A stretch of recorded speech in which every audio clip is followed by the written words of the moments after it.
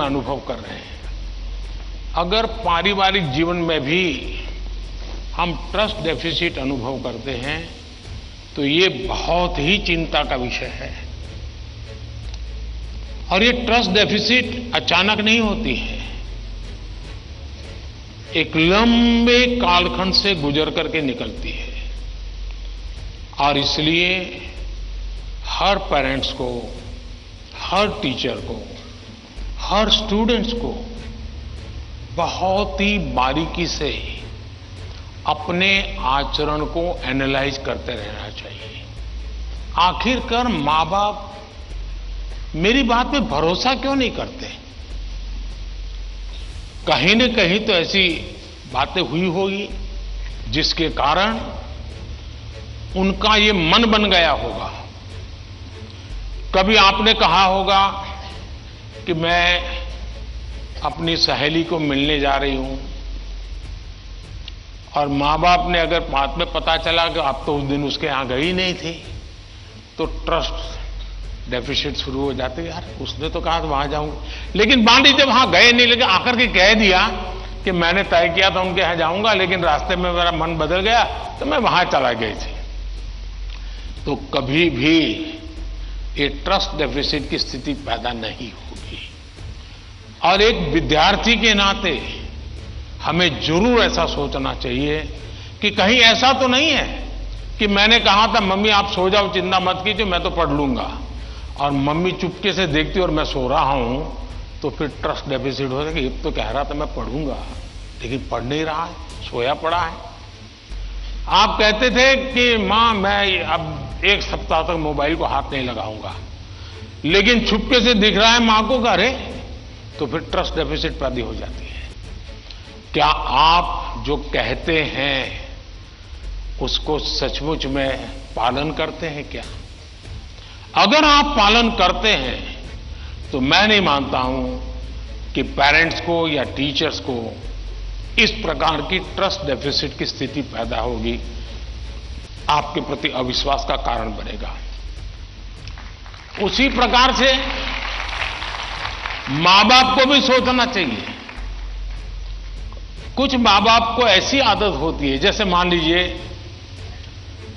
किसी मां बाप ने, मां ने बहुत बढ़िया खाना बनाया है और बेटा आया, किसी न किसी कारण से उसका खाने का मन नहीं है, लेकिन बहुत कम खाया, तो मां क्या कहेगी? जरूर कहीं खा करके आए होंगे, जरूर किसी के घर में पेट में भर करके आए होंगे।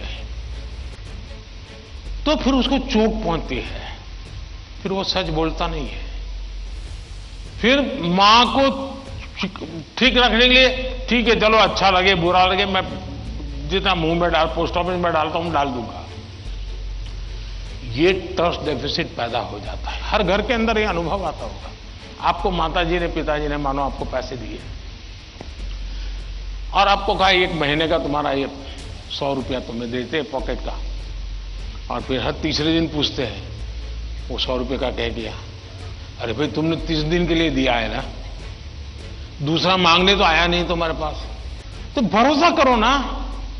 अगर भरोसा नहीं तो नहीं देना था।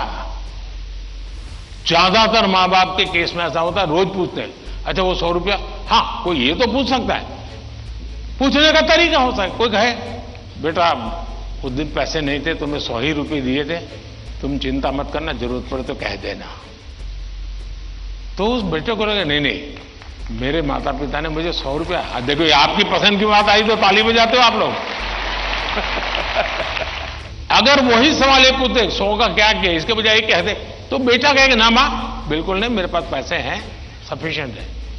यानी हमारा एक दूसरे के बीच बात करने का तरीका कैसा है, ये चीजें सामान्य जीवन में जो अनुभव आती हैं वो फिर धीरे धीरे धीरे एजुकेशन सिस्टम के साथ रोजमर्रा की हमारी अपेक्षाएं होती है, उसके टकराव में कन्वर्ट हो जाती है। फिर कहा मार्क्स क्यों नहीं आए, बस तुम पढ़ते ही नहीं होंगे, ध्यान देते ही नहीं होंगे, क्लास में बैठते नहीं होंगे, अपने दोस्तों के साथ गप्पे मारते होंगे, हो सकता है वो पैसे हैं सिनेमा देखने चले गए होंगे, मोबाइल फोन पर रील देखते होंगे। फिर वो कुछ न कुछ कहना शुरू हो जाता है, फिर दूरी बढ़ जाती है। पहले ट्रस्ट खत्म हो जाता है, फिर दूरी बढ़ जाती है, और ये दूरी कभी कभी बच्चों को डिप्रेशन की तरफ धकेल देती है। और इसलिए मां बाप के लिए बहुत आवश्यक है, उसी प्रकार से टीचर्स ने भी बच्चों के साथ इतना खुलापन रखना चाहिए, सहज रूप से अपनी बात कह सके। अगर उसको कोई सवाल समझ में नहीं आया तो कोई टीचर हड़का देगा, तुझे कुछ समझ नहीं आने वाला तो बाकियों को विद्यार्थियों का टाइम खराब मत करो, बैठ जाओ। कभी कभी क्या करते हैं टीचर भी, जो 4-5 होनहार बच्चे होते हैं ना, उनको वो बहुत प्रिय लगते हैं, उनसे उनका मन लग जाता है। बाकी क्लास में 20 बच्चे हैं, 30 बच्चे हैं, वो जाने उनका नसीब जाने, ये 2-4 में अपना मन लगा देते हैं, सब चीजें वाहवाही उन्हीं की करते रहते हैं, वही रिजल्ट देकर गए। अब आप उसको कितना आगे ले जा पाते हो तो अलग बात है, लेकिन बाकी जो है वहां से नीचे गिरा देते हैं।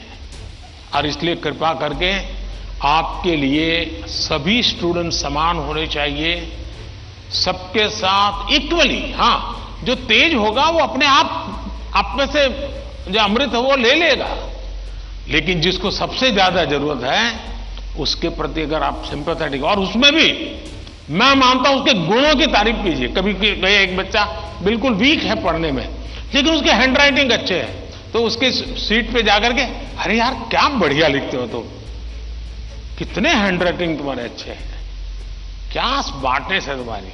कभी ऐसा एक डल विद्यार्थी है, अरे यार तेरा कपड़ा बहुत शर्ट बहुत अच्छा है, उसके अंदर कॉन्फिडेंस बिल्डअप होगा, वो आपके साथ खुलने लग जाएगा, वो आपसे बातें करने लगेगा कि ये साहब के प्रति मेरे प्रति उनका ध्यान है। अगर ये सहज वातावरण बन जाएगा तो मैं नहीं मानता हूं कि, लेकिन ये विद्यार्थियों का भी उतना ही दायित्व है। हमें आत्मचिंतन करना चाहिए कि मेरी ऐसी कौन सी बातें थी जिसने मेरे घर के लोगों का मुझ पर से भरोसा उठ गया।